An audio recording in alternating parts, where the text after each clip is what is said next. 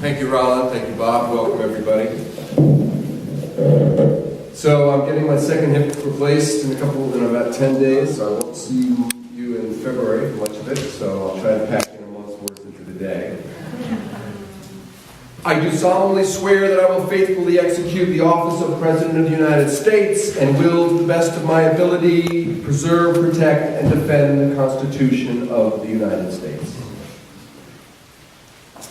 That was the oath that Donald Trump took 2 days ago to become president. Over a month ago, I gave this title about this talk, entitled The Oath of Office in the Light of Inspiration, and I realized my task was greater than I thought it was, because I have to try to bring some light into a time where many of you feel it is very dark out there. Luckily, the march yesterday brought a little light back for many of you. But I'm going to confess that I'm only going to add a couple of candles to all of this. One candle is simply the power of an oath, of a vow, of a promise. I'm going to talk about that for a while. Another candle that I'm going to bring is simply my faith in each and every one of us, in every human being. That's the core of my ethical culture philosophy, the belief that every person has inherent worth, that they can bring out the goodness within them, their potential, to evolve into more ethical, compassionate, and rational creatures. I think that we'll respond to the urgency of this moment. I hope so. Committing ourselves more fully to our ideals and our relationships and our posterity. Also, because of my faith, I hope that just maybe Donald Trump will bring out his best.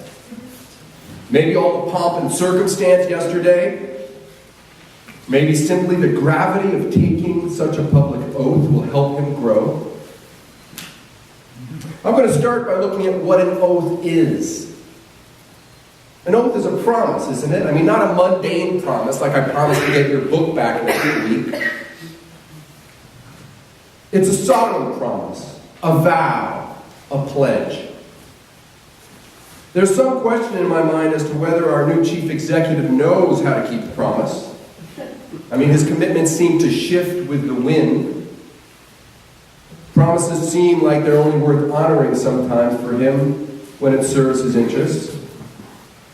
And in a lot of the post-election, angst-driven conversations that I've had with people, I have said that I don't know what a Trump administration is going to do. Trump seems to have taken both sides of almost every policy issue there is. He confounds both his supporters and those who oppose him. Is it wrong for me to hope that Trump will somehow surprise us by rising to the occasion, by transforming himself, by growing up, by doing some good? I mean, it would be good if we repaired our roads and bridges, right? It would be good if we got manufacturing jobs back to the country. It would be good if he replaced the Affordable Care Act with single-payer insurance for everyone. Boy, he had the Republicans scrambling when he said that. So maybe he'll do some good, but my optimism has faded a bit over the last couple of months as he fills his cabinet with businessmen and ideologues and political novices. And like many of you, I'm worried. When he said, "I solemnly swear," could the oath change how he will act? I mean, some people see oaths as promises to God. Those who believe in an Almighty see oaths as a testimony before a divine witness, before an all-knowing God who will monitor the behavior of the oath giver, an all-powerful enforcer of the practice of promising. Could Trump have a type of religious conversion because of the oath of office? Unfortunately, when you think of Trump's personality, the first words that jump to mind are not reverence, piety, and devotion. And besides, as a humanist, I don't rely on God to enforce and monitor the president's behavior. That's our job. So we're going to have to rely on the media, and as I said a couple of months, about 6 weeks ago, this important ally, investigative journalism, has been compromised by public cynicism and ideologically driven distortion and the media's own mistakes. And because of that, we have to be doubly vigilant. And luckily, like the presidential oath and like many oaths, it was public. It was so public, in fact, that even Donald Trump can't deny that he said it. Maybe the very public nature of that talk will sink into him. Maybe he'll grow into the responsibilities of the office. He might develop a more mature perspective, a deeper commitment to the Constitution and to all Americans. Maybe he will get the tremendous obligation that comes with that oath to serve something larger than himself. Maybe he can become strong enough and effective enough to preserve, protect, and defend the Constitution. I waited till this weekend to finish writing this talk because I wanted to see what the inauguration was like. I hoped to see some symbolism in it. And frankly, it was a little difficult. When I look back in history, the symbolism was very clear. So when you look, for example, at Lincoln's second inauguration, one of the greatest inauguration speeches ever given, this was when the Confederacy was surrounded, their armies were controlled by the North. Lincoln had victory in his grasp, but he didn't give a victory speech. He did not disparage the defeated South, but he strove to bind up our nation's wounds with malice towards none and charity for all. It helped Lincoln move from being a commander-in-chief to a peacemaker. Frederick Douglass, often a critic of Lincoln's, told the president it was a, quote, sacred effort. Trump could have helped heal the divisions. He tried. But it feels like he's too mired in a zero-sum, winner-loser paradigm. He hasn't demonstrated the capacity to show compassion to all people, even those who criticize him or the size of the inauguration audience. There's one aspect of Trump's campaign that offers me a slim ray of hope, and it's the fact that he does come in on a wave of populism. Populism can be very powerful. The Wall Street Journal yesterday had the lead editorial, Trump's Populist Manifesto. Populism, which is often affiliated with the left, but not always, certainly drove the Sanders campaign and a lot of the common sense policies that many of us support here. And previous chief executives have used populism to create a better government. Now, Teddy Roosevelt is one of my heroes, and despite the fact that he is ethically suspect given his autocratic manner and his imperialistic impulses, he did bring in a different sort of administration into the White House, because up until then, during the Gilded Age, politics was basically about how corporate leaders used politics to defeat organized labor. But TR made a more even playing surface and brought in the public. He demanded that the people have a voice at the table with labor and manufacturers. And that's why we got the Pure Food and Drug Act. That's why we got government regulations, because he demanded that the people were represented. And his presidential campaign was like that. His parade was like that. It had Ivy League graduates, common folks. It had cowboys and Indians in the parade. Even Geronimo was in that parade. And he did that symbolically to try to say, this is the people's government, and the White House is the people's house. And because of that, the middle class began to have greater faith in government, and that actually siphoned off radical extremism in the United States. 50 years after TR, John Kennedy did the same thing to try to bring a wave of populism. His idealism and energy brought in a whole new generation of people with the phrase, ask not what your country can do for you, but what you can do for the country.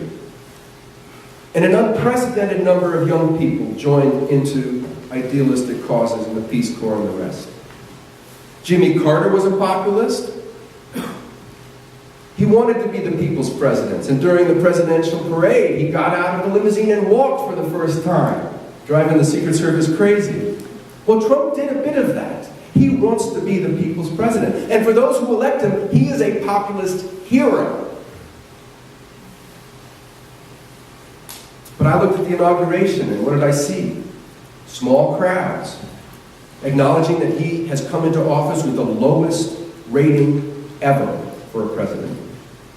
I saw demonstrations showing that we have a divided nation. And he gave a relatively short and vague presidential speech making me more worried than ever that he is politically unprepared. But I don't want to give up on the power of oaths. I want to talk a bit about that. Oaths can be transformational. We use them in wedding vows, for example. A wedding vow is a type of an oath, and we use them to try to transform relationships and people. I accept that for some people, marriage is not something they want to support. They think it's too full of patriarchy. They don't necessarily think monogamy is the best thing, and maybe the government should just stay out of the marriage business. I get that. But I think that marriage vows serve a purpose. When I work with a young couple, I urge them to think very carefully about their ceremony. I don't pretend that there's any magic in it. The vows are just words, the ceremony is just ritual, the officiant is just a facilitator. But when a couple holds a public service and offers their vows, it can deepen their commitment to each other. They call on families and friends to support their relationship. And I encourage them to write their own vows which express their respect for this other individual and the relationship that they are building together. The beautiful ties that create a couple. And I remind them that the vows don't end after they say them. Maybe the oath of office will not end after Friday. The vows that a young couple take, I say, they will continually say them in how they treat each other. I actually use these words to tell them that day by day you're going to make your marriage work, nobody else. I say, it will be you who will wake each morning with a choice to care for each other or not, to love or not, to respect or not, to enjoy one another or not. And through that daily choice, you will renew the wedding vows you have made to each other today. Vows don't end the moment you stop saying them. That's what weddings mean to me. They remind us of our best in our relationship. So there's no surprise that we use oaths and vows in public ceremonies. We use them when people become citizens through our naturalization process, right? We help them see this collective of the United States as their own. We ask them to say a very long and detailed oath, which is ironic given that the presidential oath is only 35 words long. This is the oath you have to say to become naturalized citizen. I hereby declare an oath that I absolutely and entirely renounce and abjure all allegiances and fidelity to any foreign prince, potentate, state, or sovereignty, of whom I have hitherto been a subject or citizen, that I will support and defend the Constitution and the laws of the United States against all enemies, foreign and domestic, that I will bear true faith and allegiance to the same, that I will bear arms on behalf of the United States when required by law, that I will perform non-combatant services for the armed forces of the United States when required by law, that I will perform work of national importance under civilian direction when required by law. And I take that obligation freely, without any mental reservation or purpose of evasion, so help me God. That's quite an oath. I mean, for one, it demands a lot, like religious faith, or the ability to pretend. It spells out concrete obligations, like serving in the military or renouncing other allegiances. And how does that oath affect naturalized citizens? Well, everybody's story is different, but when you read what people talk about the naturalization process, they often talk about how deeply meaningful it was. 600,000 people a year get naturalized to become citizens of the United States. And they are often more patriotic sounding than people who are born in the United States. They have chosen to come here. Emil Barbaras, who escaped persecution in Romania to get here, said, "To be an American is not just a great honor, but it's also an obligation to do more, to reach higher." After the naturalization oath, all of these new citizens put their hands on their hearts and they recite the Pledge of Allegiance, another type of oath. Stephen Park said, "Pledging allegiance to the flag was one of the proudest moments of my life." I pledged allegiance in grade school every day, and I didn't feel that proud. Probably because I was a citizen, it was given to me, right? I took it for granted. Maybe my pride was tempered by the fact that I'm less of a nationalist than an internationalist. I mean, I'd rather pledge allegiance to the planet. And saying that these days can get you into trouble, particularly with an incoming administration that is so nationalistic in tone. Certainly, those who seek political power have to dance the patriotic dance, right? Any radical or progressive group that don't wrap themselves in red, white, and blue are under greater suspicion and surveillance after 9/11. Some might say that with terrorism on the rise, we have to demand more than ever loyalty from our citizens. Now, the world's always been a dangerous place. Even George Washington said that we have to demand loyalty from our citizens. He said that whether you're a citizen by birth or by choice, the country has the right to, quote, concentrate your affections. Interesting phrasing. I mean, he didn't think you could enjoy the benefits of a country without pledging your allegiance to it. Matthew Spaulding wrote a book called Making Citizens, The Case for the Patriotic Assimilation. And he cites Washington's words, "All possess alike a liberty of conscience and immunities of citizenship, and the least they can do on all occasions is, quote, to give it their effectual support." Spaulding praises the oath of naturalization, says we should teach this oath to every citizen in every grade school, in every town hall, and every park. Oaths have always been central to democracy. Lycurgus, 4th century BCE, Athens, was trusted to manage all of his city-states' finances. He said, quote, "It is the oath which holds democracy together." Oaths are used to hold religious groups together. Most of you know who know your Latin know that the Latin root of religion is to bind together. It's said that God and humans were bound together by God's oath in Corinthians 8:21. Pleased by Noah's burnt offerings, supposedly the Lord promised, quote, to never again curse the ground because of man, and never again smite every living thing. Now, if I were a believer, I might be particularly impressed that an all-powerful God could be bound by an oath. That's a powerful thing. But religious oaths can be oppressive and destructive as well. They're often used to manipulate people. I mean, throughout history, people have been forced to take religious oaths, to give up their own religion and obey the religion of those who conquered them. You can talk to Quakers and Mennonites and Amish people about this. They even think that taking an oath violates their religious values. Because if you take an oath, they say, it implies that if you didn't take the oath, you would lie. You're questioning that I am dedicated to truth-telling. They don't believe they need an oath.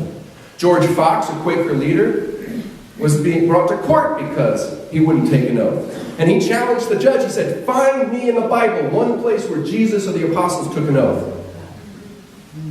Judge couldn't find it. He still punished Fox. Soon, though, out of Europe came a sign of toleration. They changed the word. You could say affirmation instead, right? You don't have to swear an oath, just affirm. I don't know whether there's a big difference between affirm and taking an oath. But for some people, an oath is before God. And an affirmation is not. By the way, there's only one president, Franklin Pierce, who took an oath, an affirmation instead of an oath when he became president. But rather than using God as a sign that you're going to obey, you put your own integrity on the line when you take an affirmation. As a humanist, I don't see it as praiseworthy to keep my word because God will punish me if I don't. I think it's praiseworthy to keep your word because it's the right thing to do. I'm not giving up all hope. I'm not giving up all hope. What is my commitment to this organization? I thought about an oath that I took here. We sort of used an oath. No, God holds me and this community together. But 5 years ago, I took a sort of oath as part of what was known as an installation ceremony here at the Society. How many were at that, by the way? Okay. When I first heard about it, I didn't feel totally comfortable with it. It seemed a bit over the top. But as it got near, I began to see that it was an opportunity for the entire community to rededicate itself to the values that we're here for. It had a larger purpose. During the ceremony, Temma Fishman, who was president of the board at the time, facilitated members making a commitment to me and me making a commitment to the members in a public ceremony. It was kind of like a non-theistic, spiritual, civic marriage, if you will. This is what the congregation said to me. With joy in our hearts and hope for the future, we have chosen you, Hugh, as our leader. This ceremony symbols a deep commitment for our shared life together. We ask you to teach and guide us, be with us in times of loss and grief, in times of solace, celebration, and joy. Mindful of the great history and ennobling ideals of our movement, we look to you for moral leadership and spiritual guidance. We ask you to help us bring out our best so we live the values of ethical humanism each day. Recognize that the work of this ethical society belongs to all of us. We pledge to walk with you on this journey we take together, working for justice in the world and honoring the deep value of human relationship. And then I said back to the congregation, with great pleasure, humility, and a sense of responsibility, I accept your trust and take up the religious and ethical leadership to which you call me. I enter this commitment with you, meeting trust with trust, forgiveness with forgiveness, love with love, and always open to experiencing awe in the everyday. I pledge to serve you, our wonderful community, to the best of my ability in the spirit of freedom, commitment, and compassion. Together may we cherish and cultivate our lives, recommitting ourselves to this community and to all mankind. We have ceremonies where we try to pledge to each other what we're going to do. Because of our sacred promises and pledges and oaths, we can make our community stronger, deepen our bonds, and bring out our best. We can transform the individual and enhance their individuality while connecting more deeply with the greater whole. But it relies on the goodness in each and every one of us. I'm not going to give up on the hope that Trump will do what's right. I'm not going to give up with the hope that he might bring out his best and honor his oath. But I'm not going to rely on him for the light of inspiration. I'm going to look within myself, and I'm going to look within you. I hope all of you who marched yesterday renew your commitment to ethics and engagement every day, and pledge renewed commitment to the values we share. And I challenge us to be united in common purpose. For those who have joined this ethical society, I hope that some of this is why you joined. If you're like me, you're probably pretty comfortable joining an organization without a lot of pomp and circumstance. I mean, the membership application is like 2 lines long. This spring, we're going to have a little ceremony to welcome all the members that are new. And it's very simple and short. But I do think that joining an ethical society shouldn't be taken lightly. When I first attended the Washington Ethical Society, I wasn't looking for a religious community to join. I was looking for a place my kids could go and learn about ethics and religion in a non-theistic community. But as I attended more Sunday programs, I began to appreciate that the values and ideals and the community trying to live those values and ideals were helping me grow. I began to take my ethical aspirations more seriously. I found others who wanted to take them more seriously as well. And through conversations and relationships and through actions, I began to grow in ways that surprised me. I began to feel within me, metaphorically, flickers of moral awakening, sparks that grew into brighter and brighter lights of inspiration. I need that light. You need that light. I mean, we often feel small. The news is not very good. Our days can grow dark. We ourselves have darkness in us. We have to ask ourselves, how are we going to bring back the light? Felix Adler, who founded this movement, brought back the light by founding this movement. He lived in very dark times. He had dark moments and saw the world getting dark, but he started with himself. Each one of us have to confront the darkness of the world by seeking light within.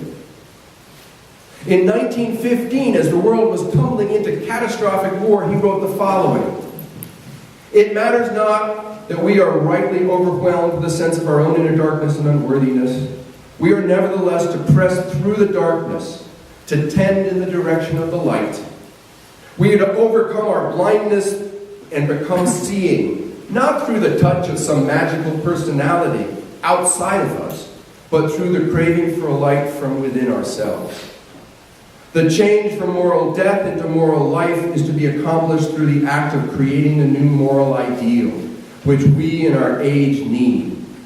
We too, like the greatest who have preceded us, are to become luminous in the light of the Sun of Righteousness, which we behold. Moral redemption is a process. The inner transformation is accomplished in the act on our part of seizing the new and truer rendering of the moral ideal. I don't know whether Donald Trump is going to see the ethical light and transform himself. I don't know if the oath of office will bring out his best. But I know the faith that I try to live, my humanist faith, brings out my best. I know that for many of you, ethical culture nurtures your ethical ideals and brings you light. It clarifies your vision for a better world, here and now, while we work for a better future. So in these dark days, may we take our commitment ever more seriously, whether we affirm it or swear it or simply live it. I don't know if he's going to honor the limits of the Constitution, but I pledge that I will know and use the Constitution to make him do so. I don't know if he's going to be foolish enough to try to build a wall between Mexico and here or ban all Muslims, but I can pledge with you to reach out to our neighbors with compassion and love. And I don't know if Trump's going to continue to allow the rich to batter the middle class and starve the poor, but we can take an oath in our hearts together, here, now, and every time we meet, to be better than that and to demand a country that we can be proud of. Thank you.